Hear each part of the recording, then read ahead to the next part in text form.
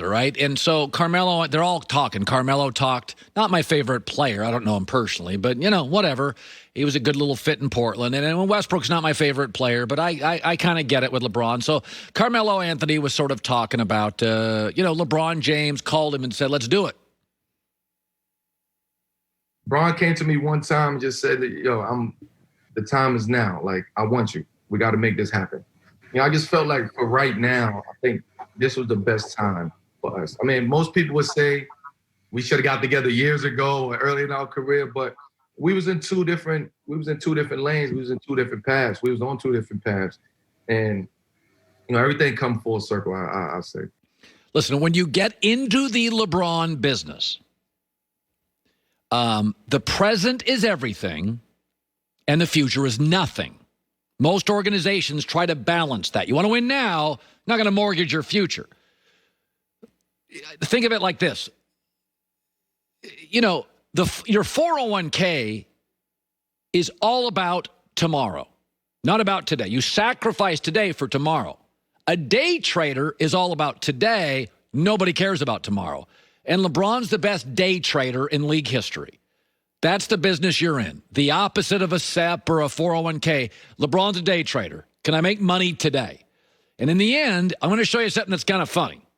I'm not a Westbrook Melo guy, right? But, this is the game you play. This is just 3 years ago. This is the Lakers lineup from LeBron's first game as a Laker. So let's put it on the screen. It was LeBron, Rajon Rondo gone, Brandon Ingram gone, KCP gone, JaVale McGee gone.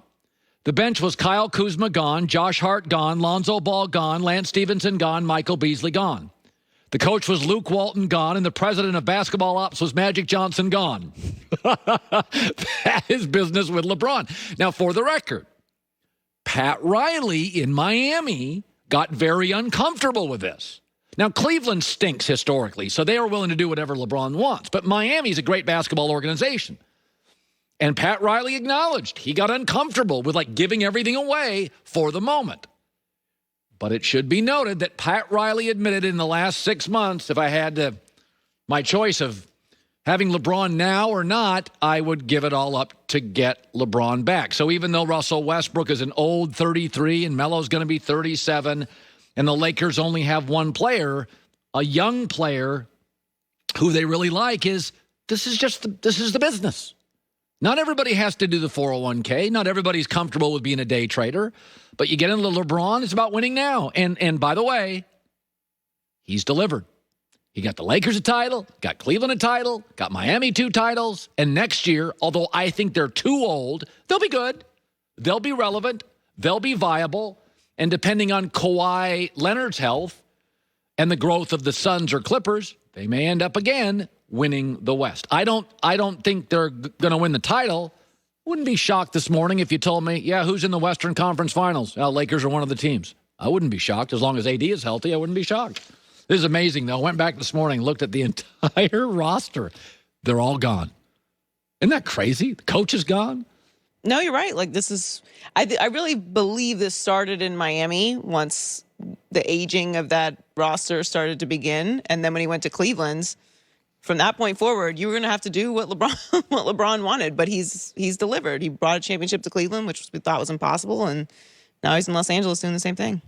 So a story that we talked about earlier is Zach Wilson is the young quarterback out of BYU. He has had a rough weekend, has not been good in camp. He does look to me, he looks small. We showed some of the tapes of his struggle. He just looks small. And it's not. Kyler Murray's small too. Russell Wilson's not ideal size. Drew Brees wasn't big. So I'm not saying, Fran Tarkenton, when I grew up as a kid in the 70s, was great. He was small running around. You don't have to be huge. That's not what I'm saying. But he looks a little overwhelmed and a little small. And I want to play a bite from Mark Sanchez. Mark Sanchez is now a member of Fox. Sanchez was on our show about a month ago. And he talked about, now Mark, if you recall, went to New York at a USC and had success. In the first 2 or 3 years, he got to the AFC Championship twice. He had a running game. He had a great defense. But he talked about, even from USC, which is a glamour college program, L.A., right in the middle of L.A., Zach comes from BYU, which is, small town, Provo, beautiful place, by the way.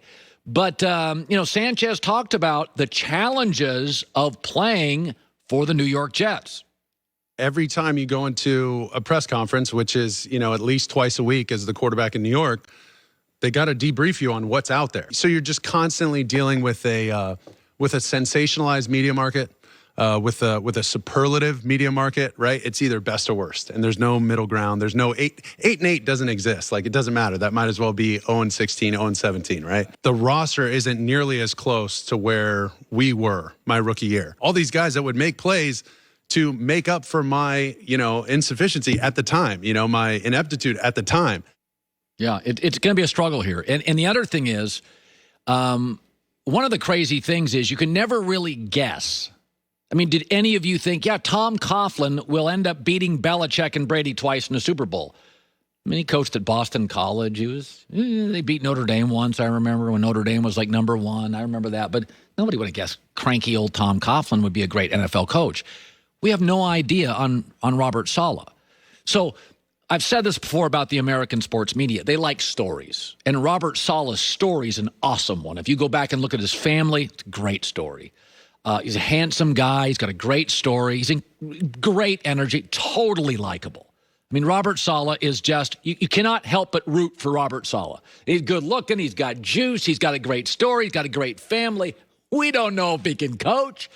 And even if he can, I got Belichick, Sean McDermott, and Brian Flores, A plus, A and A. If Saleh's good, he'd be the fourth best coach. If he's good, he's got to be great in that division. Belichick, Josh Allen, Brian Flores, that's rough. The compact GLA proves it's not just the size of the SUV in the fight, the size of the fight in the SUV. Go to Mercedes-BenzUSA.com, MBUSA.com. Hour 3 next.